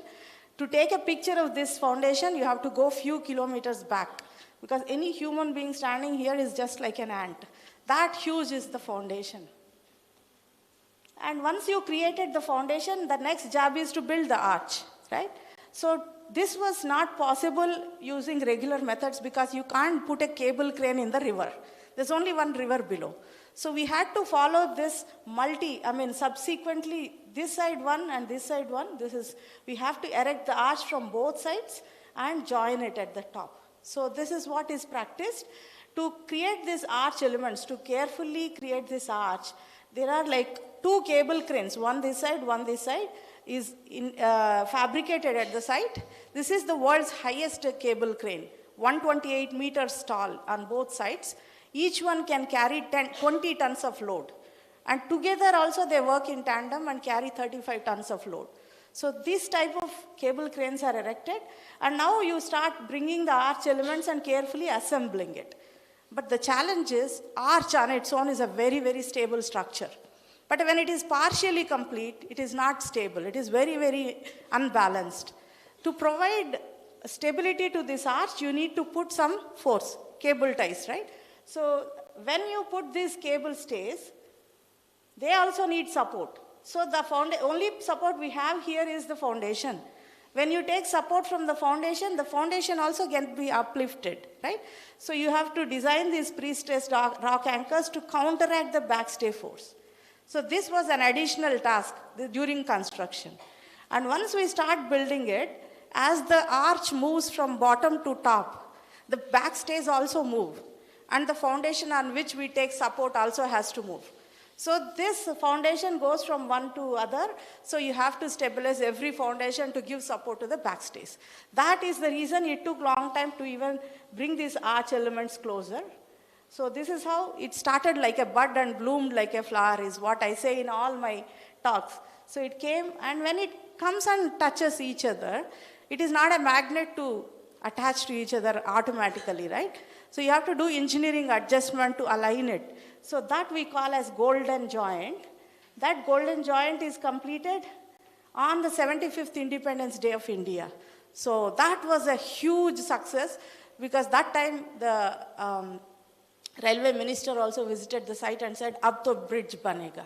Till that time, everyone is very skeptical about whether we will be able to complete this Himalayan task. This is so difficult. So once this is done, the superstructure launching was simple. For the first time, Indian Railways has practiced this incremental launching of superstructure on both transition and circular curves. This is the deck which is created using these steel elements.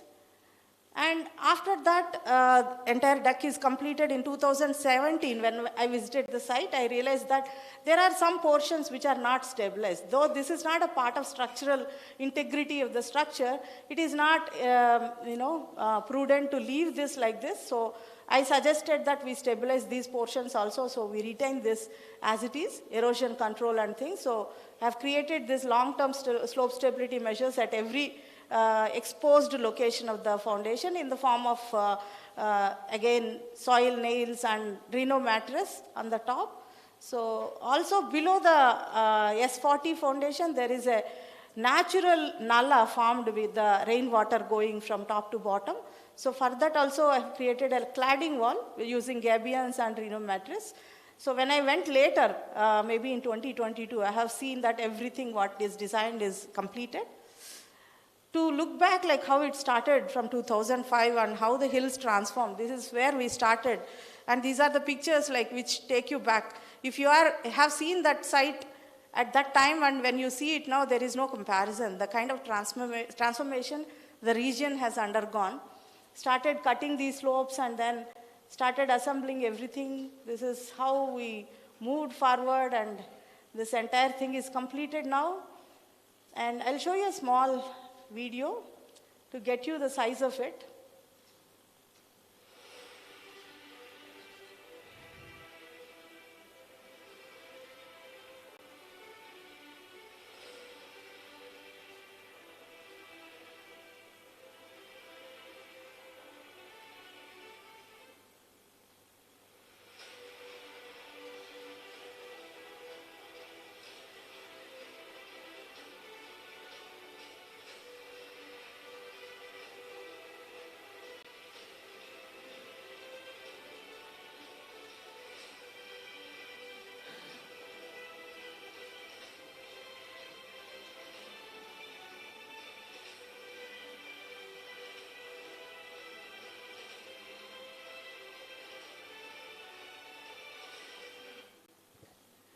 This is where I call civil engineering above the clouds, the bridge.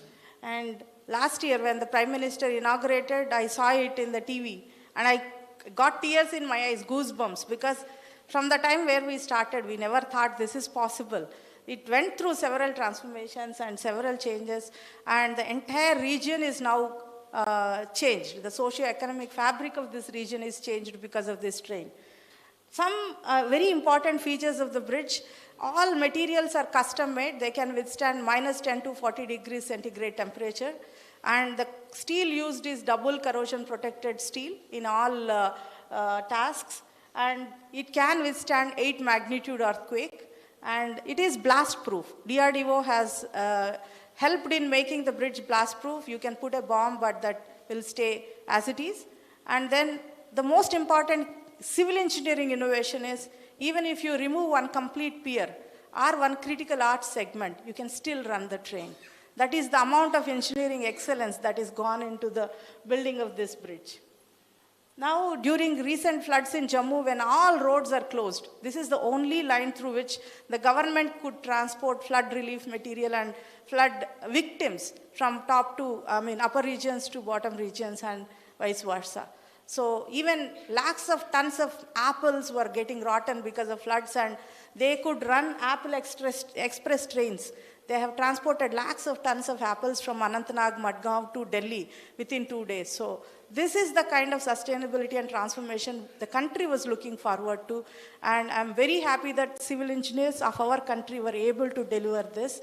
And teamwork is very important. I have received so much of public attention because of this bridge, but I must tell you that there are thousands of people involved in this project. Everyone needs a salute, and I join all of you in congratulating the country for having this wonderful project. Today we can tell the world proudly that India can build something like this. So thank you everyone for your patient listening. So I have like so many students, but many of them are girls. So this talk is dedicated to all my girl students. Many of them are from Kerala. So I get to eat Kerala chips and halwa every week or month. Everyone, when goes home, they bring. This is the girl, Anjali Pillai. She is alumna, your batchmate. So she is my favorite girl student. So I'm very proud of these girls. They are very, very resilient, like the Chenab railway bridge. Thank you so much.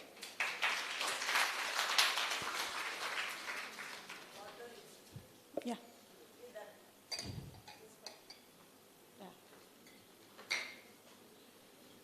You have any questions? I'll be happy to answer.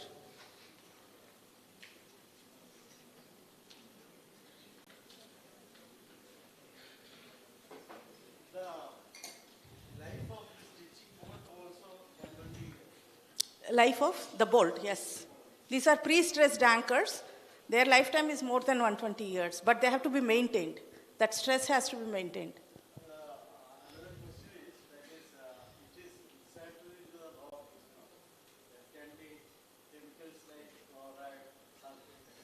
Yeah. That is why we said double corrosion protected this is. So there is sacrificial layer which can be shed. So whatever is needed will stand beyond 100 years. Yes. Yes. The that has a paint, a specific paint.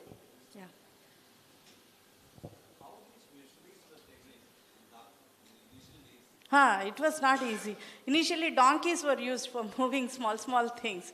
Then after we started making these roads from bottom, slowly going up, it was not easy at all. It was not easy at all. Yeah. When you travel on this road, you don't see the end to the road initially.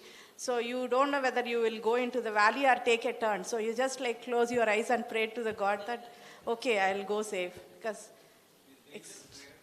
extremely difficult terrain, yeah. At the same time, it will be too cold in the winter. Even the daytime wind at that speed, it is touching you, so you will not be stable. As a human, it is very difficult to sustain that. Yes, freeze. All that is considered into the design. Minus 10 to 40 degrees is considered in the design. And also you could handle this without holding any debris to the river. Yes, that is very important. The river is very nicely flowing even now. It is not silted at all. And you know the recent treaty, the water treaty, all that, this was the place where they have stopped the water. Salal Dam is next to this bridge. Yes. That is the lifeline river for that region. Yes. The bridge design was involved WSP from Finland. Yeah. It was originally about 512 crores, but it reached almost 1,500 crores at the end because of these surprises and a lot of changes in the plan and design.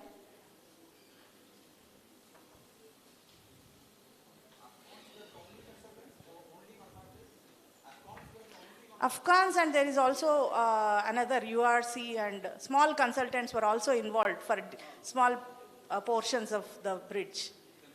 Main contractor is Afghans.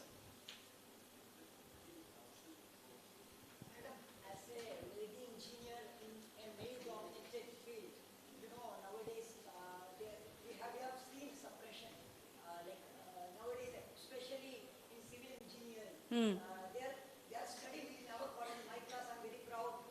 Girls are much higher than boys in the proportion, considering the proportion. Female ratio is very high. But when we are considering the projects, big projects, we are seeing very, very less engineers, female engineers. But I'm very proud, madam have reached so height, and we are very proud. We all in our classroom, we all discussed regarding female also can reach to heights. Madam, my question is, what were the challenges because of a lady, as a lady female engineer, faced? And also, I have seen an interview that NGT interviews. You were saying that some challenges at that time, there were up and downs. At those down times, you said that why you not stop this project, because what the future generation, what they will think, what message, that was the term I think you used in NGT interview. What message you give to the future generation, and why? At the end, my question is, what is the message for our BTech students, future civil engineers? Thank you. Thank you. It's coming from a boy. I am very happy. No, this is what is needed. Compassion. Boy thinks about girls. The first thing what you said, being a woman, like how you can... see, women are... It is male-dominated profession. Seeing women in these kind of projects is not easy. I'm the only woman involved in this entire project as an engineer. There are HR and other people. That puts you in a kind of edge. But you should also think that because I am the only woman who could, I am not only the only woman, I am the only engineer who stick from beginning till end. There is no one else at the site. So governments changed, people changed, Afghan's employees changed, Northern Railways had executive engineers changed. So that is why actually my story became famous. I never bring gender into my profession. As a man also I would have done the same thing. But it's not easy.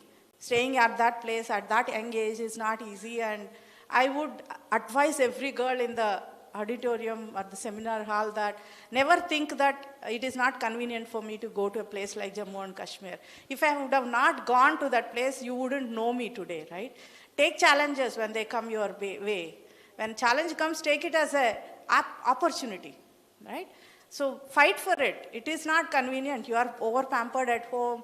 No one wants to send a girl child to a place like this. All that. Even today, my mother says, you have a government job. I know all government employees go sleep in the office and come. What are you doing? Why do you waste your time? People question your actions when you are doing these things. But make sure that you do it. Because women, above the men, one of the important attributes of women is when they take a responsibility, they finish it. No, they don't never leave it. They have this guilt feeling. Whenever they stop something, even a dish or even some household duty or a project like this, they don't leave it in between because they have this consciousness which constantly tells them to complete the task. So that is the best quality of a woman. The message is, never think that I will not be able to do it. That question shouldn't come in your mind, because I told you, I came from a very, very small background. I don't have any person to support my education or my dreams or anything. Everything is through my learning in the project, my learning from a situation. When I come to a place like this, I learn something from what I see. So keep learning, be curious about life. I also tell you that make sure that you pay attention to small details in life. You achieve something very big, but you forget your small responsibilities, then you are nowhere, okay? Make sure to enjoy life, at the same time be a part of projects like this.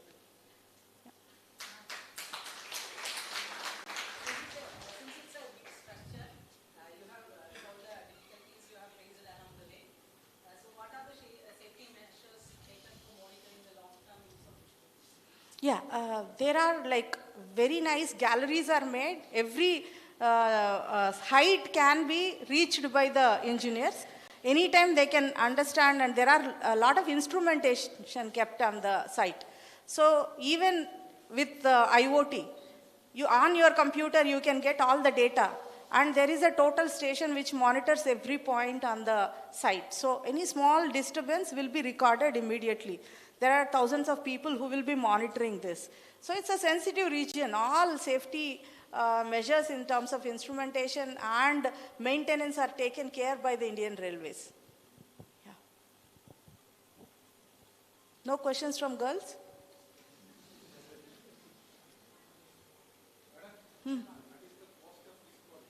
Yeah, about 1,500 crores.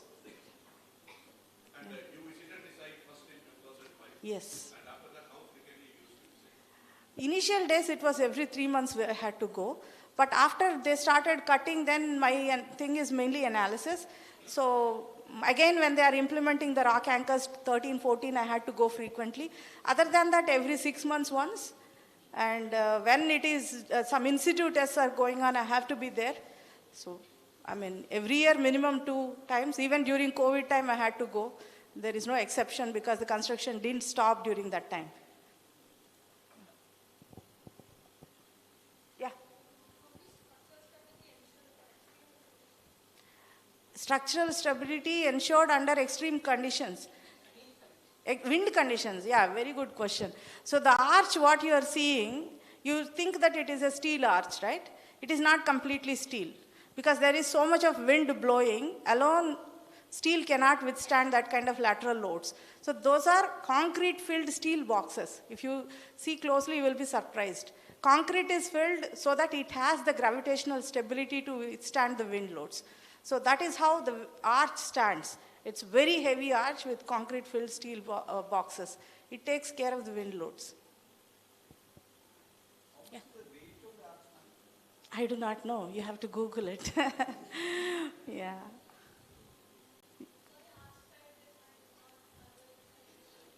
Yeah, most of the civil engineering bridges are in arch shape because it has the capacity to distribute the loads evenly than any other type of structure. Arch is a kind of, it takes care of, because of its shape, the force continuously reorients itself. So by the time it reaches the ground, it imposes less load on the ground.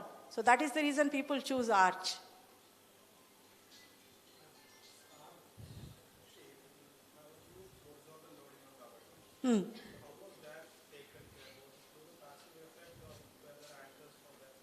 Anchors were there, and also every reinforcement bar which is there in the I didn't put that picture, it would have been very useful.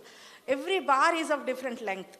So the forces, to counteract that forces, the design of the reinforcement is done in such a way that it is completely absorbs that force which is coming. Huge amount of reinforcement in those arch abutments. Yeah.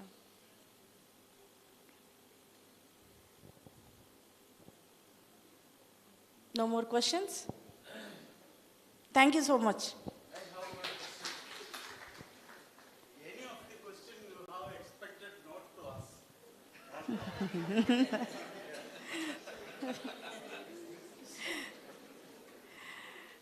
Yes, there are questions that I will not be able to answer. So, because this bridge has seen several political changes in the country, right?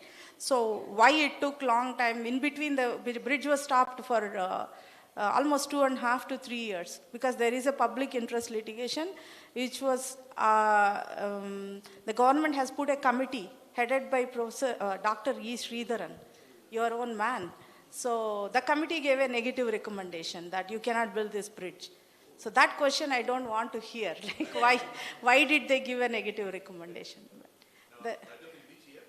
That's around like 2008, around 2007-8. Yeah. By the time we already started building something, then there is this problem. So the bridge became, stagnant. And then after that, the government changed and things moved. So. Why they changed the decision after that? After this negative? Yeah, these are the questions I don't want to answer. This is all like we are living in a country which is driven by many pressures. So, my impression was sad because I have to go back and tell students that, see, we are not able to build the bridge. They will ask why. I can't tell that we don't have technology to build it. I have to tell that we are not able to build it simply because there is no support from the government, right? So there are I can't blame anyone on these kind of things. Everyone works with the information what they have. But I'm very proud at the end that we could make it. Otherwise, it would have been a kind of stopped dream of our country.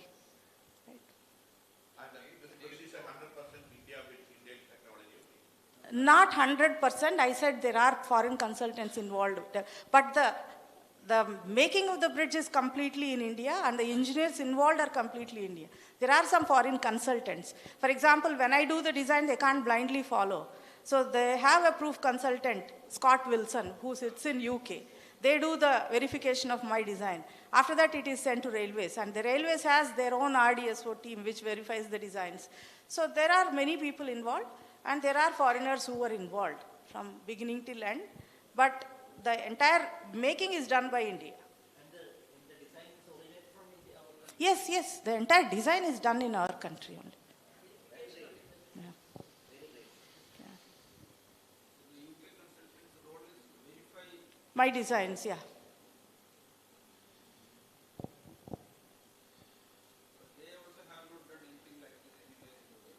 So this is because of height. One is like the height is like nowhere done, and the terrain what we are talking about, Himalayas we are talking about, right? This kind of thing is not there anywhere. Of course, now the China wants to build something higher than this. They are always competing, so it's always a healthy competition in civil engineering. Temperature? Yeah, it can, lowest? Yeah, it's about 0, sometimes 5, -5. Because snow happens in Jammu, not every year, but once in 5, 6 years you experience snow in the region. That means it is below 0. If you go to upper region, Srinagar and Baramulla, it is like completely in snow most of the year.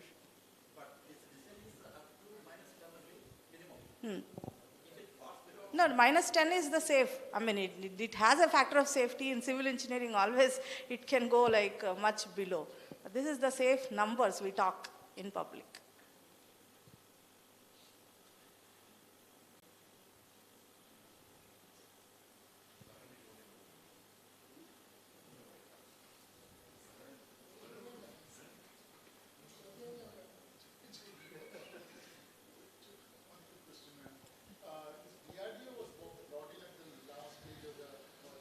Yes. Being an ex-DRDO and having a lot of respect for that organization, what did they do to blast proof? Extra thickness. No, by the time the design is almost done. Right. No, but the deck only, right? This deck. It's only the Deck. Yeah, usually the blasting happens only on the deck. It cannot. bridge is in the border. So, like, it's prone to missile strikes and aircraft hitting aircraft. So nothing was done for that. Yeah, I mean, the overall thickness of the deck is increased. So that is the main portion which is exposed. Other things are hidden in the thing.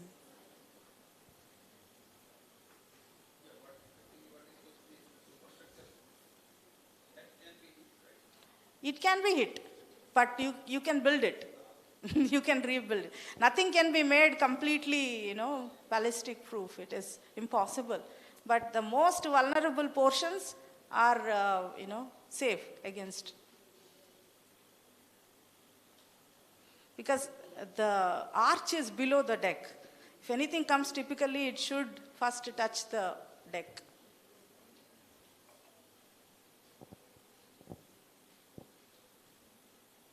Okay, I assume no more questions. Thank you so much.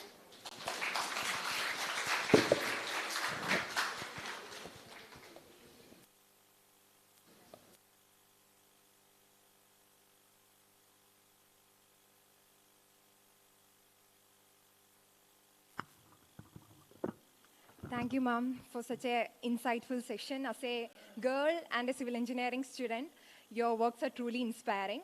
So now, as a token of appreciation, I would like to invite Saran sir and Johnson sir for giving a memento to our chief guest.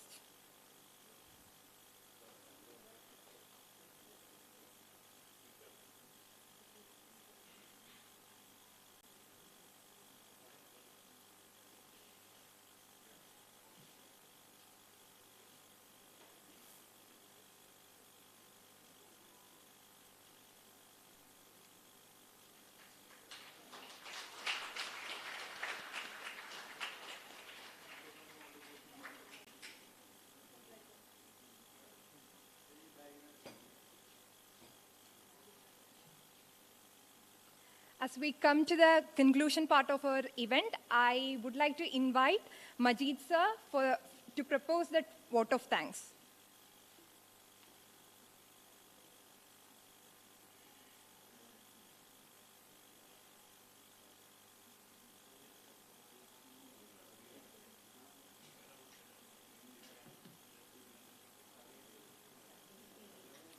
നമസ്കാരം. Suresh memorial എൻഡോമെൻറ്റിൻ്റെ മൂന്നാമത്തെ സെമിനാറാണ് നമ്മളിവിടെ conduct ചെയ്തത്. ഇതിൽ participate ചെയ്ത ആൾക്കാർക്ക് നന്ദി രേഖപ്പെടുത്തുക എന്നുള്ളതാണ് എൻ്റെ കർത്തവ്യം. ആദ്യമായിട്ട് നമ്മൾ ഈ എൻഡോമെൻ്റ് പ്രോഗ്രാം കഴിഞ്ഞ 3 വർഷം മുമ്പ് മുതൽ പ്ലാൻ ചെയ്ത കാലം മുതൽ നമ്മുടെ കൂടുതൽ നിൽക്കുകയും നമുക്ക് വേണ്ടുന്ന പ്രോപ്പർ ഗൈഡൻസ് നൽകുകയും നമ്മളെ എല്ലാ രീതിയിലും ഇൻസ്പിറേറ്റ് ചെയ്ത നമ്മുടെ പ്രിൻസിപ്പൽ ഡോക്ടർ ബോസ് മാത്യുവിന് ഞാൻ മേസി ടിഫിൻ്റെ പേരിലുള്ള എല്ലാവിധ നന്ദിയും പ്രകാശിപ്പിച്ചുകൊള്ളുന്നു. പിന്നെ ഇന്ന് നമ്മോടൊപ്പം ഇവിടെ പങ്കുചേർന്ന് നിങ്ങളുടെ സ്പോണ്ടേനിയസ് സ്പീച്ച് ഒരു സെഷൻ കൈകാര്യം ചെയ്ത വളരെ ഇന്നവേറ്റീവായിട്ടുള്ള ഒരു സെഷൻ നമുക്ക് തന്ന ഡോക്ടർ മാധവി ലത മാഡത്തിനും എൻ്റെ പേരിലും മേസി ടിഫിൻ്റെ പേരിലുള്ള നന്ദി രേഖപ്പെടുത്തപ്പെടുന്നു. Madam, we are very proud of you. Then നമ്മുടെ ഈ എൻഡോമെൻ്റ് പ്രോഗ്രാം തുടങ്ങിയ കാലം മുതൽ നമുക്ക് താങ്ങും തണലുമായിട്ടും അതേപോലെ ഈ സ്റ്റുഡൻസിനെ സെലക്ട് ചെയ്യുന്ന ഘടനകത്തും ഒക്കെ നമ്മളെ ആദ്യകാലം മുതൽ നമ്മൾ പ്രത്യേകിച്ച് മേസി ടിഫെ ബാച്ച് മിസ് കാര്യമായിട്ടൊന്നും അറിഞ്ഞിട്ടില്ല. എല്ലാ കാര്യങ്ങളും ഇവിടെ അറേഞ്ച് ചെയ്ത് തന്ന ഡോക്ടർ ജിസ്പോളിന് എൻ്റെ ഹൃദയത്തിൻ്റെ ഭാഷയിലുള്ള നന്ദി രേഖപ്പെടുത്തിക്കൊള്ളുന്നു. അതുകൂടാതെ ഇന്ന് ഈ സെഷൻ വളരെ മഹത്തരമാക്കി തീർത്ത എല്ലാവർക്കും, പ്രത്യേകിച്ച് HODs, ഫാക്കൽറ്റീസ്, സ്റ്റുഡൻസ്, എൻ്റെ ബാച്ച്മേറ്റ്സ് എല്ലാവർക്കും നന്ദി രേഖപ്പെടുത്തിക്കൊള്ളുന്നു. ഇതോടൊപ്പം നമ്മോട് വിട്ടുപിരിഞ്ഞു പോയ എൻ്റെ സഹപ്രവർത്തകരുടെ അനുസ്മരിച്ചുകൊണ്ട് അവരുടെ മുമ്പിൽ ആദരാഞ്ജലി അർപ്പിച്ചുകൊണ്ട് നിർത്തുന്നു. നന്ദി, നമസ്കാരം.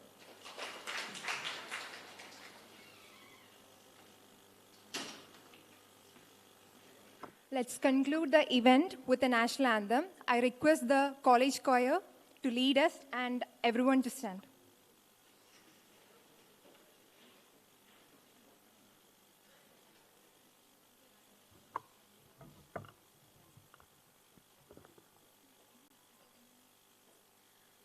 जनगणमन अधिनायक जय हे भारत भाग्य विधाता पंजाब सिंध गुजरात मराठा द्राविड उत्कल बंगा विंध्य हिमाचल यमुना गंगा उच्चल जलधि तरंगा तव शुभ नामे जागे तव शुभ आशीष मागे दाहे तव जय गादा जनगण मंगलदायक जय हे भारत भाग्य विधाता जय हे जय हे जय हे जय जय जय जय हे.